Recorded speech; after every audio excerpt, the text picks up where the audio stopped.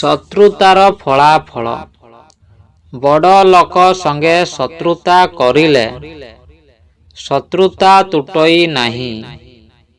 ଜ୍ଞାତି ଜନ ସଙ୍ଗେ ଶତ୍ରୁତା କରିଲେ ସଦା ମନ ଘାରୁ ଥାଇ। ଉପର ହାକିମ ଶତ୍ରୁତା କରିଲେ ଜୀବନ ବିଷମ ହେବ। ଭାଇ ସଙ୍ଗେ ଯେବେ ଶତ୍ରୁତା କରିବ ମାନ ମହତ୍ତ୍ୱ ଯିବ। ଶତ୍ରୁ ସହିତ ଶତ୍ରୁତା ହୋଇଲେ ଅଧିକ ବଢ଼ଇ ଭୀତି। ପତ୍ନୀ ସଙ୍ଗେ ଯେବେ ଶତ୍ରୁତା କରିବ ହରାଏ ସେ ସୁଖ ଶାନ୍ତି। ପୁତ୍ର ସଙ୍ଗେ ଯେବେ ଶତ୍ରୁତା କରିବ ବର୍ତ୍ତମାନ ଭବିଷ୍ୟତ ଦୁଃଖରେ ପଡ଼ିବ।